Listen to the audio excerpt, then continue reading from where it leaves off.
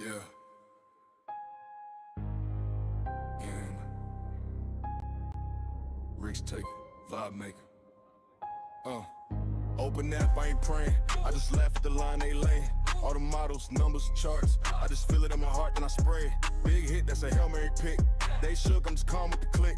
Talk stats, they quote when they sermon. I'm scrolling for that Raw Street German. Dirty Don trying to slide in the squad. Bad karma, that boy too odd. Seen too many red cards, late bands. I don't let that touch my hands, but Wilson, man, that boy my cousin. Rain on his boots, let's start buzzing. Folding in the half space, ice cold face, 2 taps, whole rank start jumping. Yeah. I'm the king of the green area. Climbing up the ranks, off vibes, not hero. Check graphs, I just trust my marrow. Every risky pick, turn to gold, play the pharaoh. I'm the king of the green arrow. Hit that cap, whole league go narrow. Chase trends, I'm ahead like tarot. D-Unit crown on the app, that's factual. Group chat blowing, they panic. Crown on the blank, that's tragic. They blame some spreadsheet spirit. I blame that fear they inherit. I bet you swear as a lock. I start that kid fresh off the block. While Wilson, they type in caps. Next day, they watch the brace on a recap.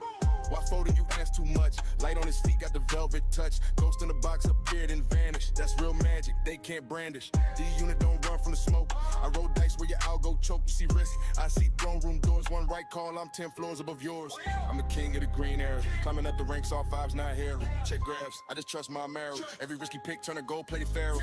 I'm the king of the green area. Hit the cap, whole league go narrow. You chase trends, I'm ahead like tarot. D-Unit crown on the app, that's factual.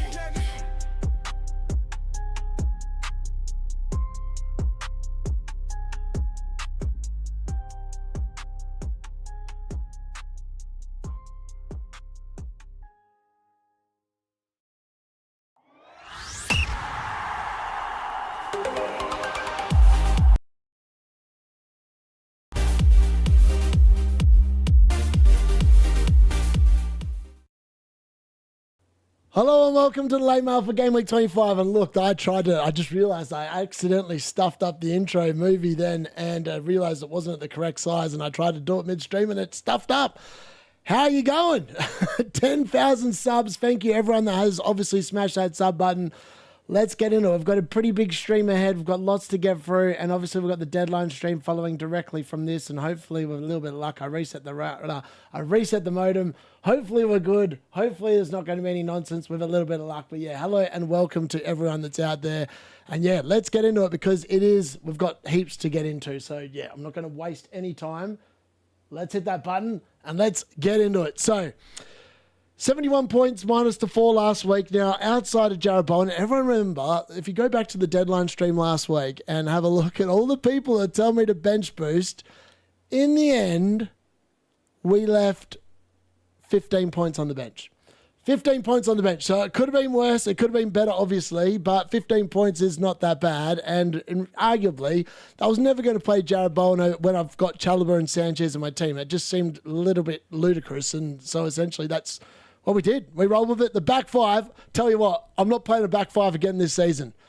Obviously, Gabriel 8 points, Mukeli 9, Timber 5.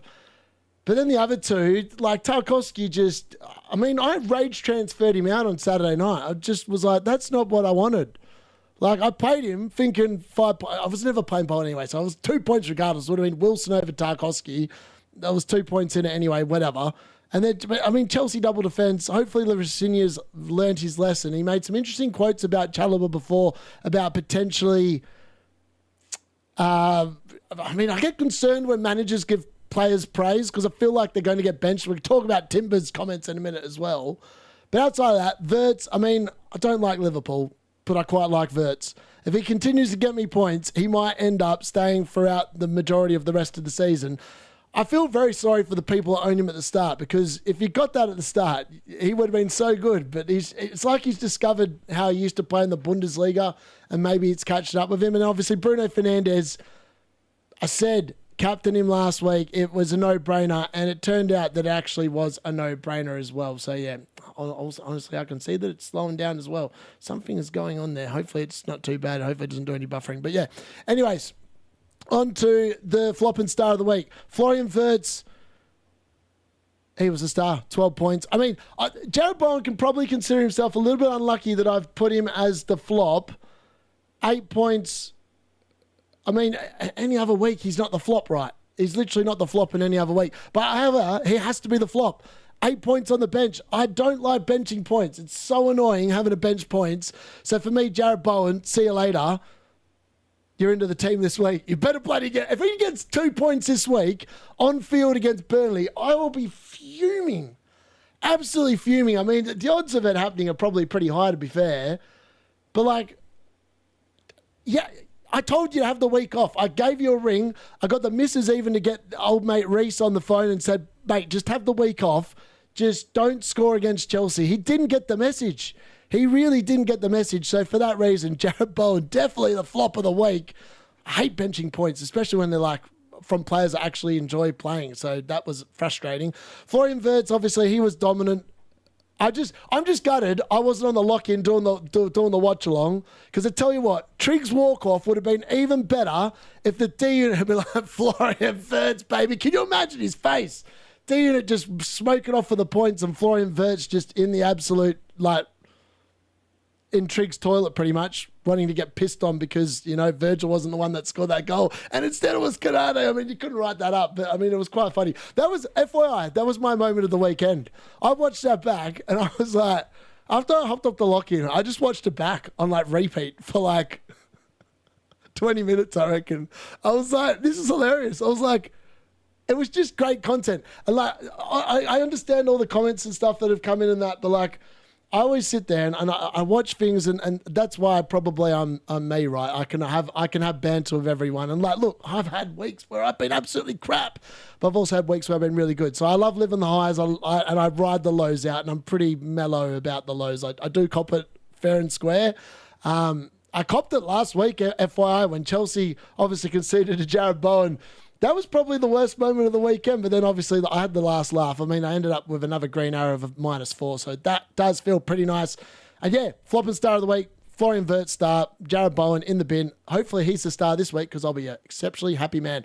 On to the fixture difficulty rating now. Not much has changed here from last week. I've still got Chelsea, best team for the next 3 weeks. I mean, the next 3 fixtures are just stupidly good. Crystal Palace, I'm aware their form's not very good, right? I do take that on board. But based on the fixtures, outside of that Man United game, they do look really good. Aston Villa, ditto. Outside of Man United, they look really good. Man United, FYI, don't really have a hard team in the next 6. Like Spurs at home, easy, whitewash. West Ham away, whitewash. Everton away, we're going to get revenge for that loss earlier in the season. Crystal Palace, we're going to smoke them because they're going to be crap. They're going to be in Europe. Newcastle are going to be versing Karabag and probably completely cooked by then if they've ever got any players left. And then we've got Aston Villa at home. Again, they're going to be in Europe, so you think Man United are just going to be brilliant. Arsenal, obviously, they've got the double fixtures there. You can Arsenal and Wolves. To be honest, Wolves are just a complete avoid. I know people are getting excited thinking that Mane's a really good 4-point machine. You can have Jared Bowen next week, who's going to score 9 points against Man United as a single game week. There is no reason to be investing in any Wolves players at all. And if you're investing in Gomez or whatever his name is, Andre in midfield, again, there's way better midfielders to own next week in game week 26 that are probably going to score more points. So I can't get on board with it. I really can't get on board with it. Liverpool, obviously, outside of Man City, it's a pretty nice fixture run. Ditto for Man City. Bournemouth as well. Some decent fixtures there. And Fulham, now, Nightmare... I watched Nightmare's video today, and we're going to talk about this a little bit more because we've got the differentials, and unfortunately, Gary's had to change his because Gordon's going to be out, and Nightmare's obviously changed his as well because Ayari's out. We're going to talk about them. And we're going to talk about Fulham's fixtures. A lot of people are going to be frothing Anderson again. I'm telling you, they're going to be frothing him. They're frothing him. I can already feel it. I can feel the cartel just winding up, ready to give out the Anderson love again. Well, I'll tell you what. Look at the fixtures. It's Spurs at home. Spurs probably score a goal, right? West Ham at home, probably Jared Bowen scores a goal. He loves scoring in the London derbies. Then it's Nottingham Forest away. They probably score. Everton probably score this weekend. Like, he's not keeping clean sheets. That's my whole reason why I didn't like him in the first place. Yes, he gets a DC, but I just don't see many clean sheets. Sorry, Colm. I don't know if Colm's already in the chat, but, mate, I hate to say it. I just don't say it. I'd love to know Colm's opinion. Is he going to be getting clean sheets? Because if he's not going to be getting clean sheets, what's the point of him? Outside of that, Burnley, no one's investing there. Brentford got 3 harder fixtures. I mean, Newcastle away arguably is probably not that hard. And neither is Brighton, but the Arsenal game's hard. So, yeah, from that note, Sunderland fixtures, they go bad south real quick. So do Spurs. Newcastle's fixtures, FYI. If you've got any Newcastle players, turf them out of your team because look at that fixture run coming up. Spurs away, Man City away, Everton at home, Man United at home, Chelsea away. It is diabolical up until when we're probably going to be wildcarding. So, yeah, if you've got any of those assets, just fire sale them. Fire sale them out the team. Probably more than Anderson and Virgil and dirty 4-point Dom. So, hot off the press for this week, I've got every update from every team, and I thought we weren't going to get it because I thought Aston Villa and Unai Emery, they were doing my head in, and Keith Andrews and Brentford, they were pushing it. By the time the updates went live, it was very close to 3 p.m. But on to Sunderland, Zucker and Traore, they're both out. Angulo is fit, but he's yet to train. So that's one of their new signings. I don't even know where he plays. God knows if he's going to get a game. On to Chelsea. This is concerning. Chalobah, praise. That's concerning. Whenever I hear a player getting praised, I keep thinking they're going to get benched, and I'll be pissed off with Rosinia. You will be uninvited from any party to do with FPL if you bench Chalobah this weekend. Just give you the hot tip, mate. D-Unit's going to be hunting you down. Palmer and Estevao, apparently they're ready to play 90 minutes, so the Trig, the GOAT, will be happy about that. But I'm telling you, he's not playing midweek. He's not going to play against Leeds at home, and you can quote me on that. If he plays 90 minutes, he won't play 90 minutes. If he starts on the bench, you can congratulate me for warning you. If he starts, you can come back here and I'll apologise to you. But I'm pretty confident he ain't going to be playing midweek from the start. Been talked about game by game. Gittins is out. Unshaw and James, and Neto apparently needs to train. So James and Neto need to train. God knows what that means. Probably both missing.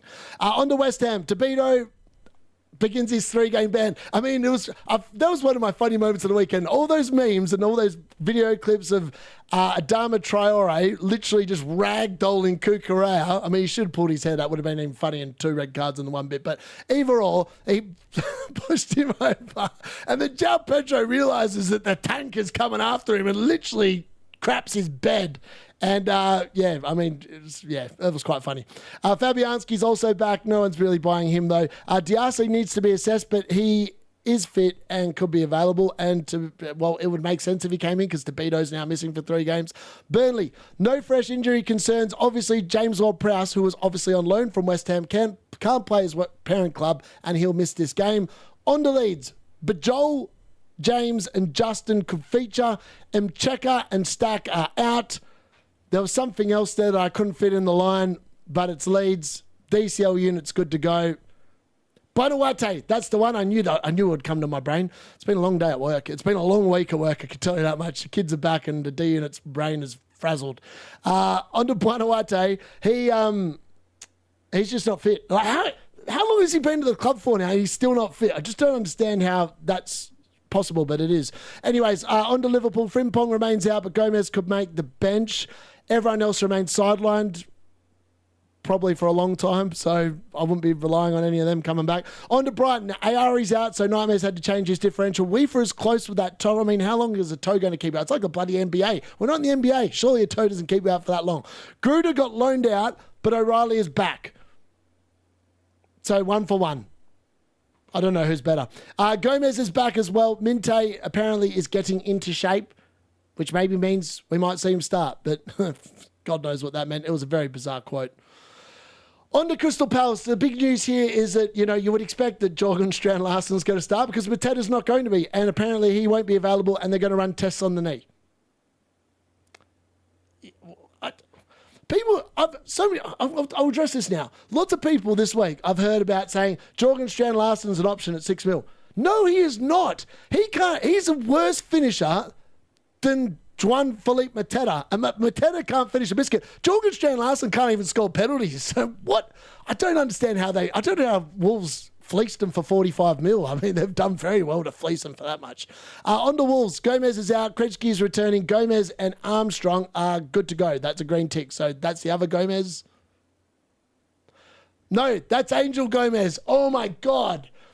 How many Gomez do they need? So there's a Gomez out, some other Gomez. I don't know who that Gomez is, but Angel Gomez has come from the French league, and he's good to go, and so is Armstrong, who's obviously replaced Jorgen Strand Larsen.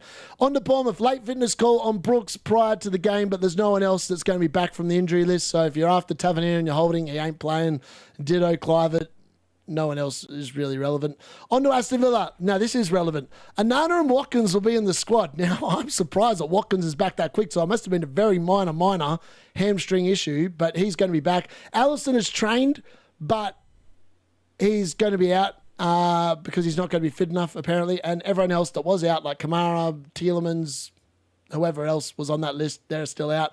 On to Fulham. Big news here. Lukic is out. Otherwise, everyone is fit. Tete is going to be in contention. Muniz is also back available. So if you've got Raul Jimenez, start panicking because Muniz is going to be coming back into that team very quickly, I would imagine. And Raul Jimenez probably needs a bit of a rest. I'd imagine Raul Jimenez starts this game. I'd imagine Muniz comes off the bench. But it might turn around very quickly. On to Spurs. Might as well be Virgil. Van de Ven and Romero are good to go to get shellacked at Old Trafford at the lunchtime kickoff tomorrow. Spence is touch and go. Everyone else remains on the injury list. Good luck. If you're a Spurs fan, all I can say is good luck tomorrow because I'm telling you what, Man United are waiting. The old mate, the United Strand, he's ready to cut his hair. I'm ready to see it happen. I'm ready to call that game. I'm glad it's the early kickoff. We can get it over and done with and then roll into the main event at 3 p.m. So that'll be nice. There'll be a separate stream for that one as well. On to Nottingham Forest. Sells and Hudson-Odoi doubts. Williams obviously serves his one-game ban for being a goalkeeper when he's not a goalkeeper. And Nets, who I believe is a fullback, could be thrown straight in order to cover for Nico Williams. That's the word I was looking for. On to the last lot of press conferences. So, Man United. Michael Carrick might actually be a really good manager. He is already speaking rubbish. He's being very vague with his responses. So, Mount will be back sooner. He'll be back sooner. I mean, who cares if Mason Mount's back? I just look at that deal now, and all I think of is that Chelsea made off for 45 million, sorry, not 45, 55 million pounds for a bloke that can't stay on the park for more than about 50 minutes before he does something. It's like the definition of bloody Phil Jones all over again, but bloody Phil Jones. Dorgu obviously is going to be out, and De Ligt, I mean, he was very vague with De Ligt, but De Ligt's going to be out based off what I see. Now, the next bit, this is the most concerning news of all. When Arteta says that Jurien is fine, that is not good news. If I was a betting man, I'd say Jurien Timber is not starting based on the fact that Arteta basically said he's fine. I don't trust that man with anything. Like if I had to sit there and lend him like a tenner, I wouldn't expect to see the tenner again. I just wouldn't expect to see it again. I don't trust the man for a bar of soap. So, you definitely don't want a bar of soap around him. Saka, apparently his hip is getting better. Very vague. Odegaard, matter of days. I mean, that's Arteta's favourite line, matter of days. I would argue Odegaard's probably going to play based on that, and Jurien Timber won't. We'll see if I'm right. Marino and Dowman, they're both out. I'm starting Timber anyway, regardless, so FYI, I'm still playing him, but that concerns me. Arteta concerns me. I don't like him talking in front of the press. I'd rather he just didn't do a press conference. There'd be more truth behind it if he just did nothing. On to Man City now. This is typical Pep, isn't it? Erling is the best striker. We will see if he starts. Turn it up, Pep. You know you're starting him. You're not going to Anfield. I mean, unless he believes in the fact that, Erling Haaland's never scored a goal at Anfield and I'm going to bench him because, why not? Because he's never scored there. I mean, if he is, that's 4D Pep at its finest. However, I just don't see it and I think he'll start. Stones is obviously closer. He's crawling closer. I think that's what they used when I was reading it. Diaz is good to go. He might play some minutes. I mean, Pep's just as useful as Arteta, except he has been relatively accurate this season. And also, Silva, he doesn't know yet what the hell's going on with him, but yeah, either or. Newcastle, Nightmare's just been thrown a curveball. Bruno G is trained and he hopes he's fit. Eddie Howe, again, another classic manager. You just got to read in between the lines. Now, I want to talk about this because Nightmare sent me a photo today, right, of Gordon. He got injured in the Carabao Cup and got treatment for, let me get this right, He got treatment for his left hamstring on field, or was it the right? I can't remember. And then when he was walking off the field, he was holding the other leg. Like, did he do both hamstrings at once? Or is he just full of crap and lost the all ticket to carry on because he knew the game was done and wanted to come off? Honestly, it wasn't a good look. And, yeah, I don't... Yeah, Gordon's has been poor. Let's be fair. But apparently he's going to miss and hope it's not too bad. Miley also went for a scan. Apparently that's not going to be too bad. Hopefully ditto. Everton, Mikolenko's back following a small issue of something. Outside of Grealish, everyone else is fit. So that's good news if you're an Everton fan, I suppose.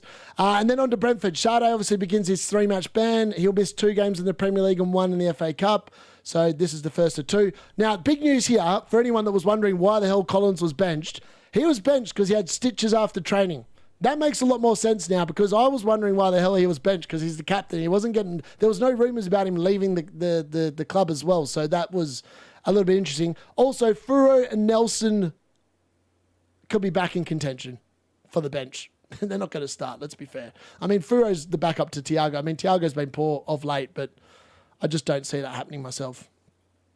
So on to the Game Week 25 essentials. And look, I've got all 3 of these blokes, and I'm pretty sure most of us all do. And if you don't, you probably need to go out and get them. Now, I understand that people might be looking at triple Arsenal defence. I think that move is a little bit folly, if I'm being brutally honest.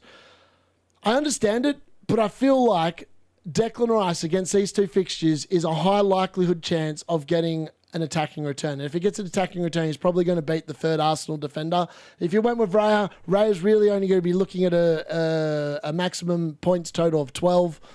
Saliba might be very similar. So I think that these 3 are definitely the 3 to have. Gabriel, Rice, and obviously Bruno Fernandes. If you haven't got Bruno, just go and buy him.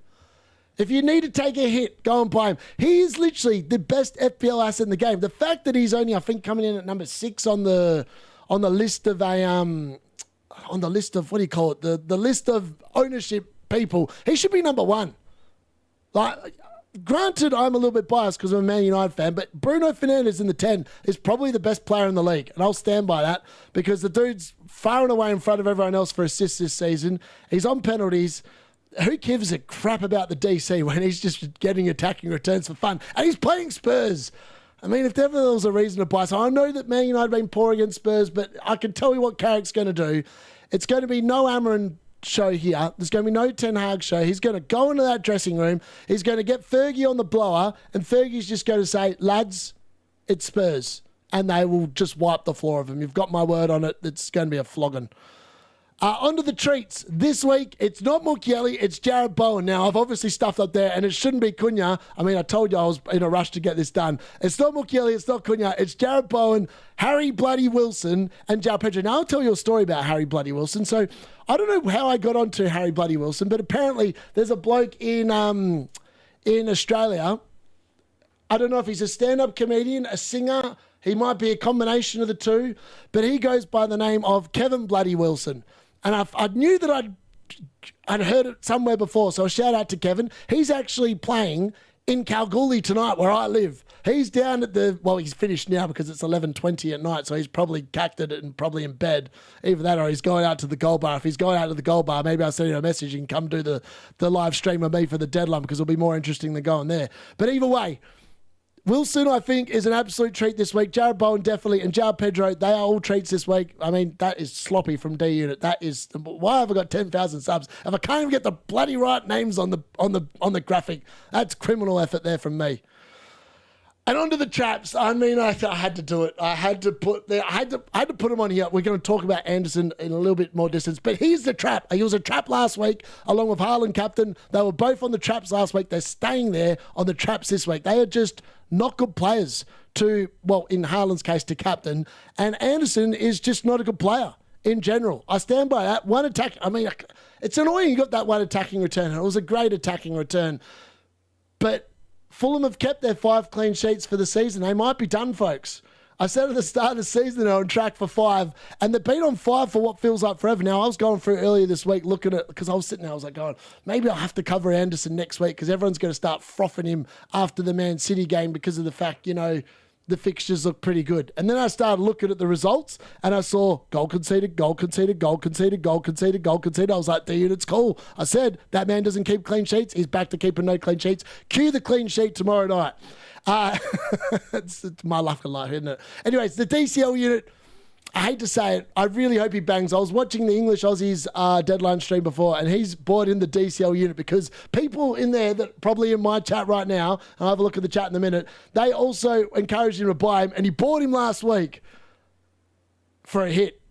So I bloody well hope I hope he proves me wrong, but I feel like the DCL unit is a trap. Sorry to the English Aussie, but hopefully it goes better than what I'm predicting. So one of my best one-week punts this week, and Sir Harry Maguire. Now, I'm going to talk you through why he is a really good one-week punt this week and maybe convince a few of you to buy him, even though I can't because I'm already on a hit this week.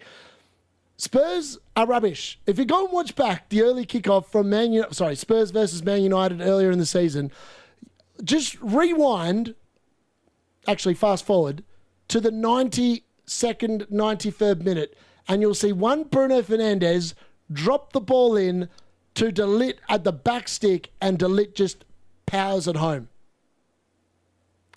Harry Maguire's going to do that against Spurs in the early kickoff. I'm very confident over the next 2 weeks, Harry Maguire is going to score a goal, and it's going to be bloody biblical because I'll be calling it, and I'm going to sit there and I'm going to lose the plot. I've lost the plot the last couple of weeks with Sheshko and Cunha. If Harry Maguire scores a goal, I don't even care if we're 3-0 up. If he scores a goal, I'm done. That's my peak career all over. Calling the Harry bloody Maguire captaincy. Don't captain him, but he'll be good. On to Madueke. I think he could be really good. Now, Saka, I don't think Saka's going to play against Sunderland. There's no reason to risk him for Arteta to be doing that. So for me, I think that Madueke will be great. I think he's going to be a fantastic option, particularly over the double game week as well. If he's taking all those corners on the right-hand side, he's going to get some returns attacking-wise over the next couple. And then it's the West Ham boys. You could have gone Mateus Fernandes. I understand that. He gets a bit of DC, and he's got a bloody weldy in him as well. But Somerville's been amazing, and my boy, Jarrod Bowen. I mean, every time I feature him in the forward punts, he delivers. Do not let me down. I've given him a ring. I've sent him an extra text message saying if he can get 8 points against Chelsea, mate, he can probably get 17 against Burnley. So pressure's on. Don't let the team down. Honestly, don't. I'm strongly considering captaining him in the deadline stream as well. Going to ask the card about that a little bit later. I've just obviously queued that features for a little bit later on in there. On to the captains then. So these are the top 8 captains. I'm just checking I've got all the correct names and correct faces. Yes, I do. These are the top 8 this week. You could also look at Palmer if you're an absolute madman, like the GOAT Trig. You could look at Ekitike, I suppose, because Man City's defence hasn't been good. You could also look at Wirtz. You could look at Semenyo. Semenyo's playing down the side, but Kirkes is going to be defending. That's always roots to points, generally speaking. Madueke, if you feel like a little bit spicy and you've got him in your team. Salah, I mean, he could be all right against Man City as well because he plays down the right-hand side for City. And the right-hand side for City and Liverpool are both crap. They can't defend. Actually, no, that's a lie. No. The left-hand side for City. I was getting confused. The left-hand side for both, rubbish. Kirkes, O'Reilly, whoever they put out there on the left-hand side, they're both going to have field days. That's where the goals are going to come from this weekend. But look, Haaland's now behind Gabriel for points per game. So if you're basing this on points per game, Gabriel's now the top pick in the game. Like 7.2 points per game. The dude has been unbelievably elite. Will Haaland break his drought? I'm not convinced he does. And for that reason, he probably just needs to be that's why he's not in the captaincy poll, right? There's 4 blokes in there and none of them are Haaland because I just don't think he's in the top 4. So for me, in my own team, it's coming down to... look, I understand Bruno Fernandes might absolutely punish me. Thankfully, he's in the team, so he's going to punish me too bad. And I just don't... Everyone knows I don't captain the early kickoff. It's just a blanket rule. And I said it wouldn't matter if a Man United player are playing. And I said that last week, and I looked at who's got the early kickoff. I was like, can't do it. Can't do it. I think Bruno Fernandes is probably in the top 4 for captains this week, along with João Pedro, Gabriel, and Bowen. I think those are definitely the clear best 4. You could take punts on Cunha if you've got him. You could take punts on Mbumo. Both have been in really good form of late. You could take punts on Enzo as well. He's actually been in stupidly good form considering how much he costs. Haaland's the one that's not in form. At some point that will change though. It's just a matter of trying to predict the week that it is going to change. Gabriel's elite. I mean, he's probably looking at a floor of 6 points again in this game against Sunderland. I mean, if he keeps a clean sheet, he probably could get close to 10, maybe even more. If he gets an attacking return, it could be a big fat 17-pointer. Who knows? Then, obviously, it comes down to João Pedro and Bowen. Now, I just love the fixtures, right? Wolves away screams. I mean, Wolves look like a championship team. They literally sold all their good players. Arias also, by the way, is leaving. So is Agbadou. So they're literally just turfing out anyone with any quality of that club. They're literally preparing for the championship. So João Pedro could be a really good shout. The only query I've got on him is will he start? But surely he starts after last weekend. You can't be benching that. I mean, Liam Delap looks like absolute steaming pile of turd, and we dodged one by not buying him in the summer, didn't we? Anyways, Jared Bowen, though, in amazing form. 12 points in 8 the last 2 weeks. He is the player of all these blokes that scored the most points in the last 2 weeks, I believe. I think I've got that right. Correct me if I'm wrong, but I'm pretty sure 20 points is more than any of the other 7 on there. So Jared Bowen really should, if you've got him in your team, he has to be in the captaincy debate this week. And yeah, look, honestly, I could see all 8 of these returning quite comfortably. And again, it's a wide open race this week.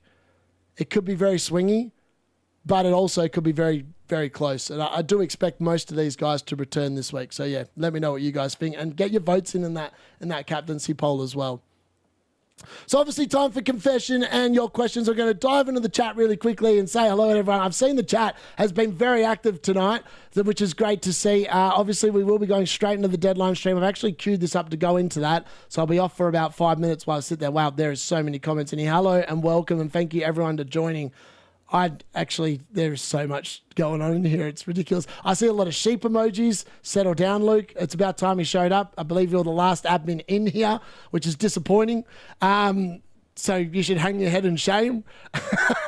Really? I mean, Luke sits there and gives it, but at least Rahi, Simon, and Murat, they were all on time. I mean, Thomas probably is sleeping, so we can probably have a go at him. But Luke just literally slopping. Rice or Rogers to start? I reckon you've got to start Rice. No, I'm not going to captain Bruno 17 points. I know JP might be a trap, I'm aware. But I had him on the trap last week. He delivered 10 points, so I'm now fully on board. Got 4 players on the list, but going Ekatike. Nice. I saw him last week at the top, but the ruck was full swing. What's up? Hello, Jack. How are you, buddy? Yes, join the WhatsApp chat. It's free. We don't charge for it. We're not big man Picard. We don't charge 120 quid for the privilege. It's literally free, but you've got to put up with the banter because I tell you what, we let it run wild, and generally speaking, we just let our blokes go for it. And you can say what you want as long as you're not abusing me. I don't care. Hi from the UK. Good luck this week. Yes. Wife at 70k. FYI, Ashley's team is in the top 100 and. We were looking at it before. We were making her moves before. She's smoking me. I think she's top 60k. No, she's stupidly high. She's way higher than me. I was like, this is just ridiculous. I was like, how's your team this much better than mine? I mean, like, I've kind of done different things in her team compared to mine and helped her out that way. It just seems that she's just had way more luck. Time for the Wang. Luke is a roach. Palmer captain this week for me. A roach, Fisher, a cockroach. I'm carrying on with the show. All right. So the differential gurus, obviously last week, Nightmare, he did nothing. Bobby did nothing, which is unfortunate. Esteval just didn't bother to show up for Kanji. He obviously had personal reasons. So that's understandable. Even Ilson, 2 points. Yeah. I mean, Trig, the golden goat, 8 points. It's about time he won one because he's been rubbish for weeks. So Trig finally pulling his ass into gear and moving from the bottom of the pile up to 4th overall.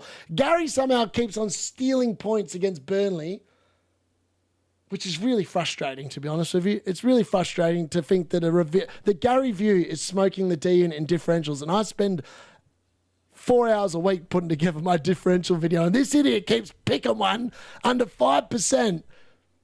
And keeps winning. It's frustrating as old buggery, I could tell you that much. Anyways, Ahmad, he was disappointing. He was so close. He played well, just didn't get any points. So there's been 2 changes. Obviously, Gary did start with Anthony Gordon. Now, I know people are probably going to mention this, and this is why I've saved the Anderson talk to now. I'm going to leave Gary's till last. We're going to look at mine first. Mad Wakey, 0.8% ownership. He's the definition of if you want to be different and go for a third Arsenal that's a little bit out there, that's going to potentially bang, or it could go the opposite way and it completely just doesn't bang. But it could bang, and Matt Wakey could be the answer. So I'm backing him in. I think he's definitely going to start against Sunderland. I reckon he could go pretty well as well, particularly down that side of Ronaldo, because Ronaldo is definitely the weak link. So I feel like Matt Wakey might have a bit of a field day. Kanji's taken over from me with Ahmad. And to be honest, Ahmad could also have a field day down. I mean, Udogie is not a very good defender. Sorry, Spurs fans. And I think Ahmad could really tear him apart. And he's due a big haul. Ahmad is due a big haul. Then Roberto's gone Saar. Now, I don't mind this one because in the reverse, is it the A23 derby? Someone correct me if I've got that wrong. Or the M23 derby, whatever it is. It's the A23 because I've driven that road before. It's London to Palace, whatever it is. Either way, he could be good. He's probably going to be on penalties as well, with Mateta not in the team. And the way that Brighton play, I reckon he's going to have a pretty good day of it out there against Brighton on the weekend. Nightmare's obviously changed from Ayari, who's obviously out and injured. We allow people to change, provided it's before the deadline. He's ended up backing in Mateus Fernandes. Now, I don't mind this pick, 5.5 mil. He's a little bit different. He's been 5 attacking returns. He's one behind Somerville, but he's got 8 lots of DC. So the dude's actually, 3.8 points per game is nothing to write home about, but it is Burnley away and you'd expect him to do something. Somerville, I love this one. This dude is a man in form. He's looking so good across the board. I've got nothing bad to say. I think he's great. He's in my own 1 week punts. I think he's fantastic. I think Trig could be onto another winner here. And then we've got Gary. Now, Gary sent me Anderson, and I was like, are you kidding me? I was like, Gary's just doing this to wind me up on the late mail. That's the only other way I could put it. Like, Anderson is just... I hate to say it, Dirty Dom said he's left the building. Anderson, 2-point Anderson is back. He's firmly back to the point where I might need to sell Harry Bloody Wilson so I can really go back to town on Fulham just for Colm's benefit. But look, Anderson's actually on 5.2% ownership. However, I'm allowing it at 5%, and me and Nightmare agreed because we just want Gary to sit there and feel miserable on Saturday night lock-in when Anderson blanks, gets 1 point, gets a yellow card, gets 1 point, doesn't get any DC, concedes a couple of goals, and I'm going to go in there and just explain and savage him for this pick because this is the definition of Gary View. If there was a poster boy for Gary View, it's Anderson. Probably with half a face of Dirty Dom. Like, that's probably what it is. That's what Gary View is. Gary View is the picks that we all despise. And somehow he's got away with it quite a lot this year. That's all I'll say on the matter. Let's move on from the Anderson hate. So onto the thing you can beat the D-Unit League. And look, this is, I can't believe this. I got a big green arrow last week where I went from 1.3 million to 1.1. I didn't move any places in my own league. I started the week at 622. My score was not good enough to go up at all. I literally was a grey. I didn't move. I started the week at 622. I finished the week at 622. Yeah, I somehow got a 200,000 green arrow. This is a difficult league to get any points. To get any movement in. The A team, he did get movement. He's back up to number 1 overall in the world. Well done, Henry. He's on 1,593 points now, and he got 81, 83 points. He's had an amazing week. He was fantastic, let's be fair. Then obviously the lowest score. This is what you get when you call your team Harem Ball FC. 33 points, unlucky Jerry Honsel. What a cool name, by the way. You've got a really cool name. It almost looks like, the R when I copied it and pasted it in there. It almost looks like I've got a love heart above it. So hopefully you enjoy Valentine's Day next Saturday, buddy. Bench Disaster. Now that's a team. Now I don't know if Andrew's in here. I feel like this is Andrew's team. I could be wrong, but I'm pretty confident this is Andrew's team. 33 points, unlucky. That's just unfortunate, really. I doubled you last week with a hit, FYI. Just thought I'd mention that. In terms of the benching disaster. Mad. Crazy. You actually got more points, just as many points on the bench as poor Jiri did in his entire team. That's rotten. Anyway, Sharpest Trader, Royal Man FC, Charles, 21 points for him. I mean, that is very nice when you get 21 points from your moves. Hit Hero, I take hits so many times. I never win this bloody award. I always get stooged by other people. But Blind Squirrel Circus, what a name that is. Well done, Pete. 20 points, obviously plus 16 points with the hit, but that is what we're talking about, baby. The No Chip Warrior, Fast and Furious. No chips, 99 points, Peter. One off the big triple figure score. That is very nice, Peter. Congratulations with that score for the week. One Move King, the tempestuous. Oh my God. Change your name. That should be changed. I'm going to report your name, Joseph. Change name. Change your name so I can say it. Plus 10 points for his one move there from Joseph. And then Transfer Tangle and Painful Hit. Unfortunately, that was won by Paul Quigley. Atlantica 58. I feel like I've mentioned this guy before a couple of weeks ago. He got minus 15 points from his moves, including a minus 4 for the hit. And manager of Game Week 24, Peter, how you going? I've just realised I put the wrong bloody graphic there and I made Luke do it today. And the D-Unit again. Sloppy work there, baby. Yeah, that shouldn't say Ethan Quinn. Well done. You won it in Game Week 23, mate. Peter, I apologise. Fast and Furious, 99 points. You deserve better from the D-Unit. But yeah, that is a huge week from you. And I'm sure that soared you right up the rankings this week. So congratulations to you. And let's get in to the main event. So to celebrate, and I said I was going to give 5 memberships on here during this thing. I'm going to gift 5 memberships now. Just bear with me a second while I figure this out. I'm pretty sure I've got this right. There we go. All right, congratulations all those people that are watching now that just somehow won the lottery and got free membership. I've sent 5 there. Thank you. All I can say is thank you very much to... Oh, yes, Luke finally got one. Get in. Oh, man, he's been in every stream and he's never got one, and now he finally gets one. He can use the emojis that he's literally put together for me, so that's fantastic. But let's have a look. So we've obviously got the seagull here. Now, I did ask Luke what Ra he was meant to be, so I'm not sure whether he's meant to be the llama or the seagull.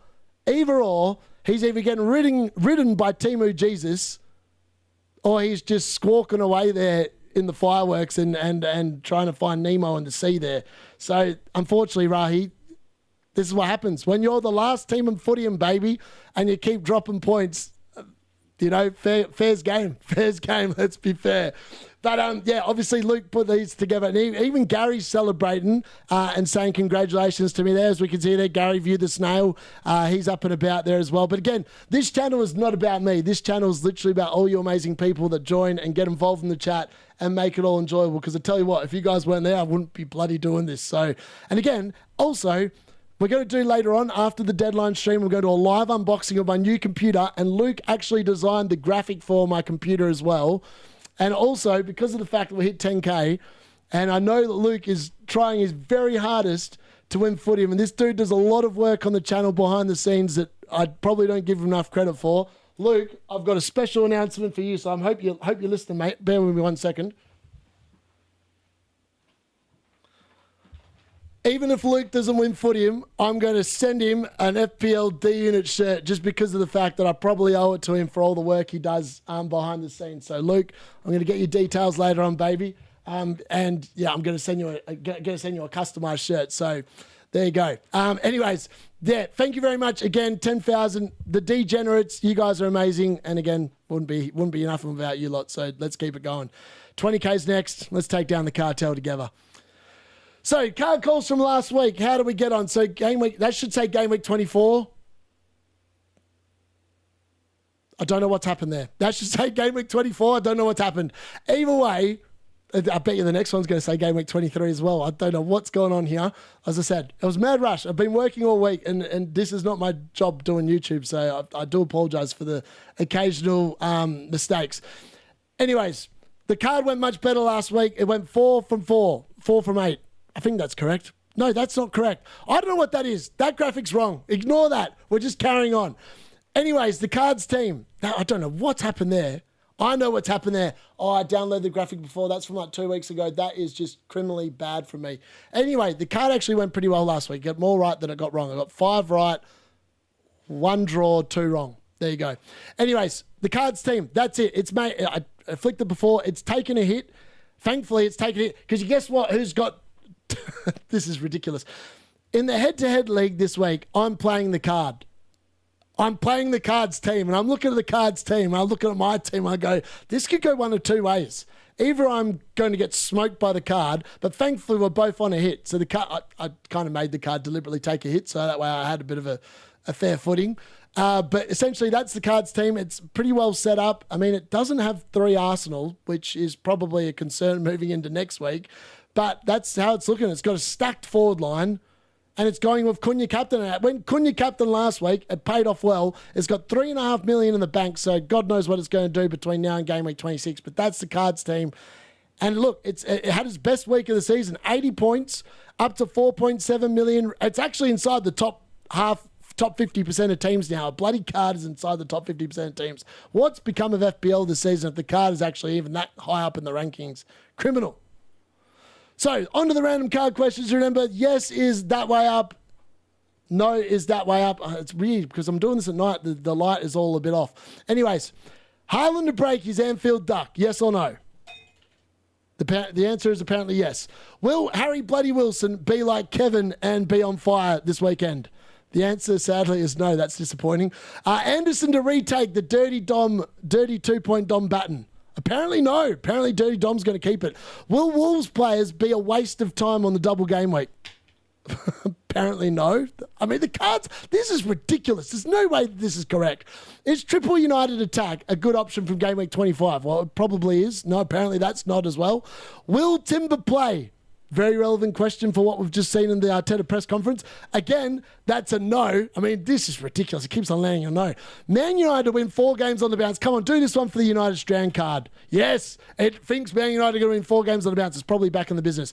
Will the winner of the Footium League be perfect in terms of they won't drop any points and it'll come down to goal difference? Apparently, no. The winner will not be perfect. So Luke's back in with a chance of winning that as well. And then the D-Unit hit Green Arrow streak to continue. 1 more week. Yes, that's the one we wanted. Yeah, brilliant. All right, on to game week. There we go. I have got that one right. So game week 25 I was correct. 5 correct, 1 draw, 2 wrong.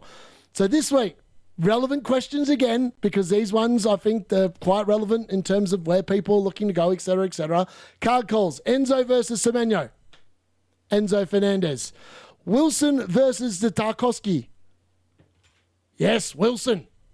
Bruno Fernandes versus Gabriel. This is mainly for the people worrying about captaincy. It's going with Bruno Fernandes. And Bumo versus Cunha. It's going with Cunha. Wirtz versus Haaland. Now, this one's quite relevant for my own team, as we'll have a look at in a second. That's going with Haaland. Hall versus Thiago. I mean, at least the card's consistent. It said Haaland's going to break his duck, and then it picked him over Wirtz. So that's not contradictory, I suppose. Hall versus Thiago, it's going with Lewis Hall. Julian Timber versus Saliba. This is also relevant. It's gone with Saliba. Maybe that's a sign that Julian Timber isn't going to play. And then João Pedro versus the Bowen. It's going with Jared Bowen. Well, that's interesting for my own team as well. So, yeah, those are your card calls for game week 25. Now onto the Yoda Murat segment. Now, happy birthday to Rob. His birthday was on the 1st of February, so 5 days ago. You turned a big 5. I'm assuming I've got this right. If it's not correct and you didn't turn 50, you can blame Murat because that's the dates that he sent me. So happy birthday, Rob. Turning 50 on the 1st of February. That's very nice. I turned 40 this year, so that's going to be exciting later in the year. Kyle, in brackets, ergo. Don't know what that means. Anyways, 10th of February, which I believe is in 4 days' time, which must be just before the next deadline, or give or take. You turn 19, literally on the other end of the spectrum. Very nice. And Jay Sean, happy birthday for the 11th. I think you're going to probably feature on the next deadline stream as well, or the next late mail. You're turning 32, so you're into your dirty 30s. That's a great place to be. Now, onto the terms of the correct score predictions for game week 24. Again, the D-Unit seems to feature every single week in this category. I mean, Murat, I must be smoking everyone in the overall one by now because I keep winning every week. Lee, Colm, and Shrinjoy, they all both got 2 out of 10 as well, as did the D-Unit, obviously, because got pretty good score predictions, let's be fair. All right, so this is my team selection as things stand. I can tell you what, it might well change in the deadline stream. There's actually a very strong possibility that Jared Bowen becomes the captain and João Pedro becomes the vice captain. I've got to back my boy in. I feel like the more I thought, but at the start of the week, I always go back to the start of the week. At the start of the week, I bought in João Pedro on the reactionary thing. And that's why I got rid of Tarkowski. In case anyone's wondering why I got rid of Tarkowski, it's because I needed the money. I know I had 108.8 million team value, but I needed the money. So I sold Tarkowski down to Mateus Nunes, which freed up the exact money in order to switch Thiago to João Pedro. Now that move's already paid off because I've actually made some team value. And yes, it is a 3-week play. And I grant you that João Pedro needs to probably outscore Thiago by at least 8 points to make it worthwhile. Now, there is a chance that it doesn't pay off and it actually backfires the next 3 weeks. I grant you that. I know what João Pedro can be like. This is literally a calculated roll of the dice and just playing the fixtures. And I'm just hoping the Racinia does not stuff it up for me. Anyways, Harry Bloody Wilson's on the field this week. I'm excited to watch him play against Everton. I think he'll be great. And look, the big decision for me when I look at it, like people will say, oh, you're benching Wirtz. And I understand it, right? Like Wirtz just got me 12 points. And every time, the last time I benched him, he got 10 points on the bench. And that's when I benched him for Harry Bloody Wilson. Wilson scored as well, but he didn't get as many points as Wirtz. And I take that on board, but I look at my team, right, and I'm not bench boosting to play Florian Wirtz.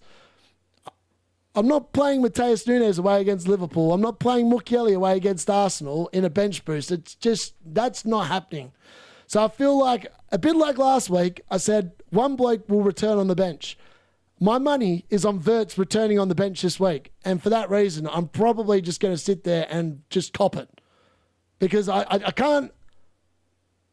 Part of me really wants to bench Haaland just because of the fact I know his ownership's huge. I just feel like records are there for breaking, right? And he's got to score at Anfield at some point in his career. He can't keep going there and blanking. So for that reason, I think he's probably going to be good value this week. Honestly, I could be making up. Wirtz might actually just stomp on Haaland and just absolutely ruin him. But that's what I'm going with. And I'm pretty happy with the way the team looks.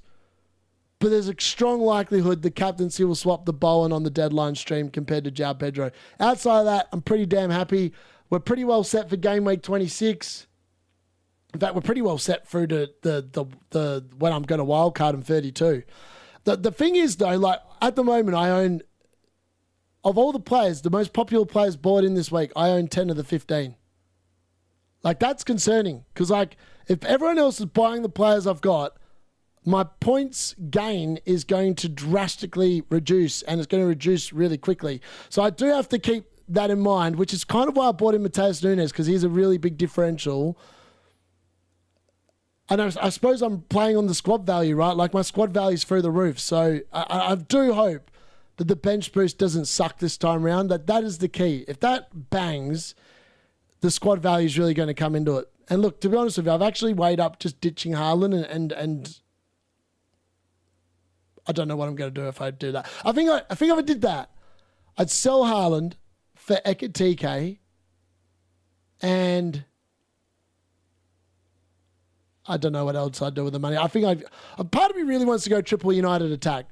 I don't know if I can capable of doing it. If they win this week against Spurs and smoke them tomorrow, I might be tempted into it. Really might be tempted into it, to be fair. But yeah, that's what the team looks like for game week 25. So on to my score predictions then, and look, that should be weird. That should be on the top, but it's not. Anyways, I'm going with 2-0 tonight, Leeds over Nottingham Forest. I don't think DCL unit scores, but I think Leeds will have enough about them to beat Nottingham Forest. I just think that they're going to beat them, is the honest answer. Man United versus Spurs now. I might be a little bit deluded here, and look, let's be fair. I am a Man United fan. I do get a bit carried away, and we are in form. We've won 3 in a row, and I can't remember the last time we won 3 in a row, let alone 4. But I'm going for 4-0 for 4 in a row. That's why I picked 4-0. 4-0, 4 in a row. Man United, heard it here first. Arsenal versus Sunderland. I think Sunderland will give them a good game, but I think Arsenal will be too good for them in this game. I think they'll win that 2-0. Bournemouth versus Aston Villa. This has 1-1 written all over it for me. I think both teams concede, and I think both teams will score. Burnley versus West Ham. Burnley always score, so you can guarantee they're going to score, but I think West Ham will be too good, and they would... If they play like they did in the first half against Chelsea last week, they will smoke Burnley, and that's why I'm going with 3-1. I also think Fulham, this is mainly for you, Cole, more than anything else after last week, and obviously getting humbled by the mighty Man United and Benjamin Šeško and Bruno Fernandes. I'm going with a Fulham 3-1 win against Everton, and I reckon Harry Bloody Wilson's going to get a goal and an assist in that one. Wolves versus Chelsea. This is going to be a clinical performance, I think. Chelsea to wipe the floor of Wolves. Wolves literally are very close to being on the beach and just in the championship. So I think teams are going to start milking it for all it's worth. I think they will become a very easy team to verse very shortly. They've obviously thrown up the white flag. That transfer window, it's like batten down the hatches. We're going to the championship. Let's focus on winning that next season.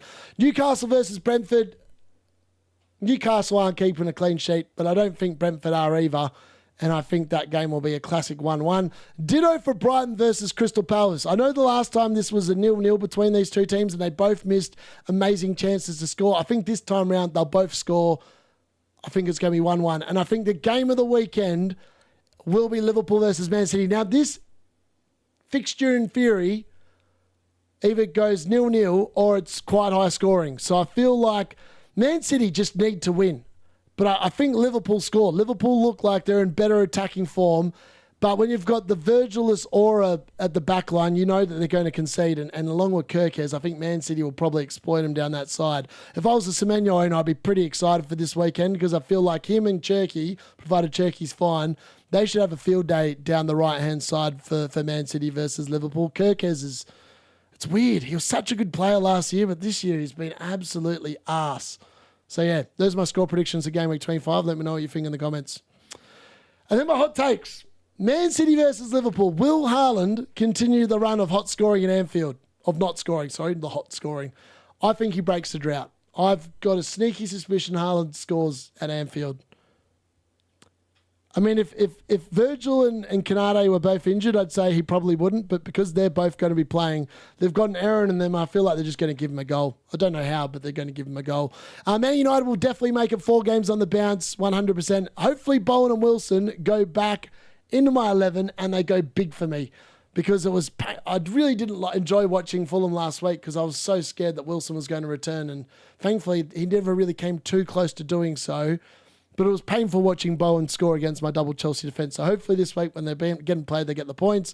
Defenders to be asked this week. This is the return of the goals. Like last week was the return of Premier League. Lots of goals. I reckon it's going to be a continuation of the same this week. Anderson and Tarkowski to stink it up. Both of them to fail miserably. Both of them to concede. No attacking returns. Owners not to be happy and pull the pin. Chelsea to punish the Championship Wolves. You can almost guarantee. I feel like it's weird. I looked at the betting odds for that game and the people are not so hot on Chelsea as I thought they would be considering they're playing the 20th place Wolves. I don't know what that says about Chelsea. I think the bettors are wrong. I think they just smoke Wolves. And then Arsenal, they will find it difficult versus Sunderland, but I think that they will be perfectly fine this week and they will be fine and they will carry on with a little bit of luck.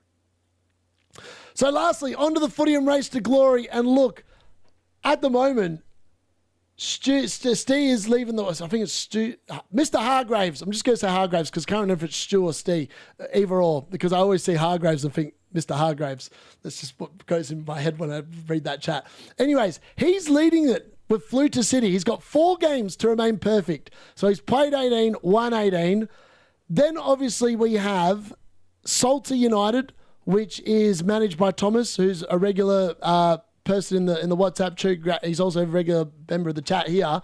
He's also perfect, but he plays later tonight. I think he plays at like whatever it is, 7 a.m., whatever it is over here, which is midnight, 11 p.m. over there in the UK, 11 p.m. in the UK. Then we've got Wadden, who's managed by Mark. He's also perfect. There is a strong chance this title comes down to goal difference. Incredible. I mean, Luke is sitting there. If either of them, if any of these 3 teams drop points, Luke's winning because his goal difference is through the roof. 85 goal difference from 18 games is stupidly good. Murat, unfortunately, he's slipped off the pace down to 68. I mean, even my team, South Park, I mean, we obviously play at 3 a.m., so I'll be watching that game before I obviously go to bed. Hopefully I can get the business done. We've won the league. We're getting promoted to Division 6. So next season's going to be even harder than this season. And this season, I mean, I got screwed over. The 2 draws I had, I mean, one was during the pubcast on Wednesday night, and that was pissing me off because I had 15 shots and I drew 1 all and the opposition had 2. Tell me how that makes sense. It doesn't make sense. And then obviously, Rahi's team is no longer in view. Is it? No, it's not. Number 12.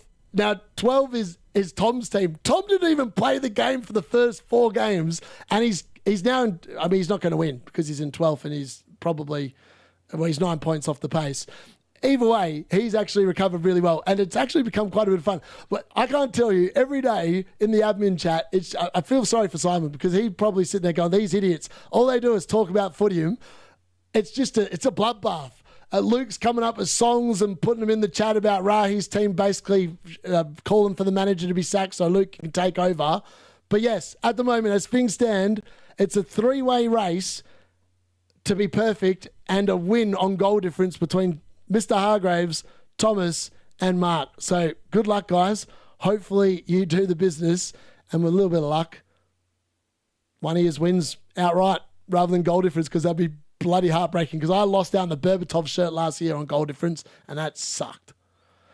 So lastly, I'm going to finish off with some questions before I have a quick 10-minute or so break before we start the deadline stream. So get any questions in you've got at the moment. I'm going to start going through the chat and answering a few questions. And for anyone that is watching this on audio, I'm going to quickly finish recording this, and I'm going to upload this in about 10 minutes. So yeah, it'll be on Spotify in about 10 minutes time. So I'm going to finish recording there. Thanks for watching, anyone. Let's have a look at some of the questions. Palace win 1-0, 2-1 to Liverpool, I think. Liverpool win 3-2. Is that 0-point dominant address? Can you help me with a card for Goodmanson or Van Heck? Let's have a look. Goodmanson versus Van Heck. Van Heck. O'Reilly replaced thinking Munoz. Yeah, I like that. Munoz is a great pick. I really think that needs to bottle it. Up the Newbury Albion. Steve, keep going. You're doing well. The Mesmeric Sensei Truffet. Yes. Look at anyone showing caps. Hey man, just for fun, I want to try go against Rice. Would you choose Trossard or Madueke already? I'd go Trossard just for I feel like he banged. Trossard's got like that huge points in like one game in him for sure. Ray smacked again by Saliba. I'll start Virgil van Dijk by Saliba. Zubamendi could be really good. He's pretty good for DEFCONs, and he's actually really pivotal to the Arsenal team as well. He'll play both games. I got the card on my side. Look at Charles Tyres. Will Timber start? To be honest, if Arteta's talking positively, that makes me think that potentially he might not, but I think probably he does. I'm hoping he does, because otherwise I'm getting Mateus Nunes off the bench.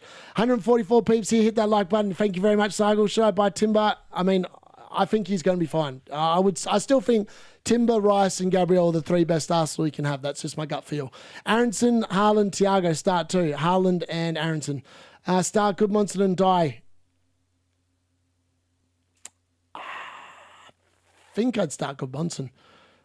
Goodmanson versus Hall. Guard flip. Cards going with Hall. Maybe don't start Goodmanson. Start and Die. I have a crazy attack. Bruno, Rice, Enzo, Semenya, Ekatike, Jam. Oh, that's a good bet. That's a good attack. Bench who? Oh, you want me to bench someone out of that one? 1, 2, 3, 4, 5. I'd bench Rodgers. Rodgers or Rice? Thiago, João Pedro this week. Yeah, that's definitely on the agenda, Chris. Dubravka or Kelleher? Roll the dice. Let's ask the card. Dubravka, Kelleher. It's going with Kelleher. Will Saka start? No. I wouldn't have thought so. Don't come back and shoot me if that's the case, but I reckon it probably won't happen. Gabriel Timber. I like it. I like your wildcard defense. Looks really good. Will DCL start? I would imagine so. I'm thinking of switching Haaland to Havertz. Don't mind it, honestly. Is Madueke an option? Yes, he is. Who would you start between Thiago and Wilson all day long? Jow replacement, especially for this game week. I have Munoz, triple Chelsea, triple Arsenal already. Harry Maguire. I mean, nothing's confirmed, but I think Calaferi starts. Yeah, I think you're probably right, Jack. Zubman an option. He is an option. Thanks. I also bench Rodgers. Very good. See, great minds think alike. João Pedro or Watkins. I can do a card call. It's surely got to be João Pedro. It is João Pedro. If Timber doesn't start, do you think he just doesn't play? I think that's a tough one. I think there is a small chance Timber could be on the bench.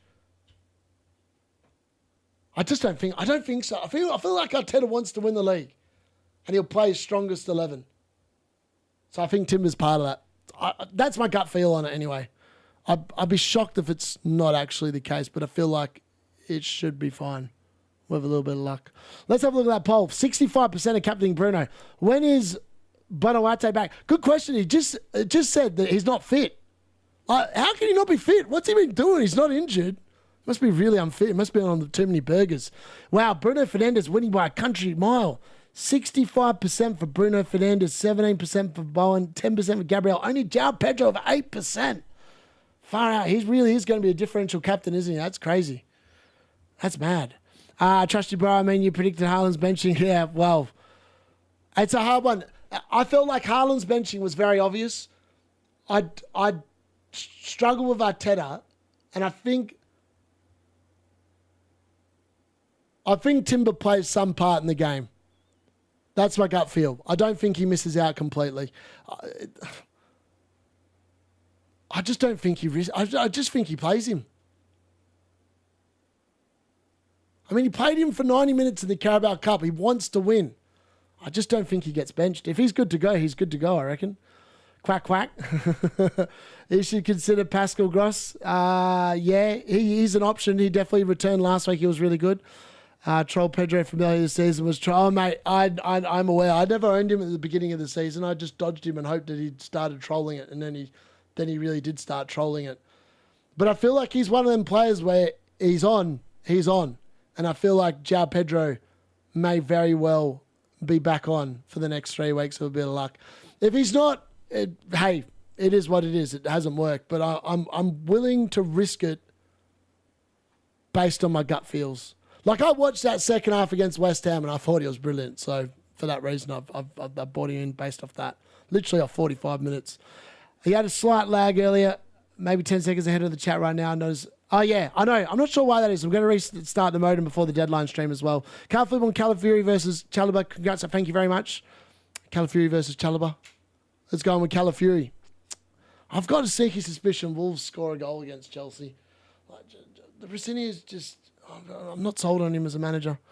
DCL unit has massive traps. Yes, he does. And he has a trap this week. All right, folks. I'm going to have a quick rest. I'll be back with the deadline stream in about 15 or so minutes. So keep an eye out for that. This is actually going to dump you straight in there. But I'm not going to be going live for about 15 minutes. I need to upload this to Spotify before I go live there. So bear with me, and I don't want to waste any more internet bandwidth doing it. Anyways, thank you very much for watching. I will see you all on the deadline stream very, very shortly. And shout out to all you guys for hitting the 10K club for me. Couldn't have done it without you. And I'm going to need you all to get to 20K. So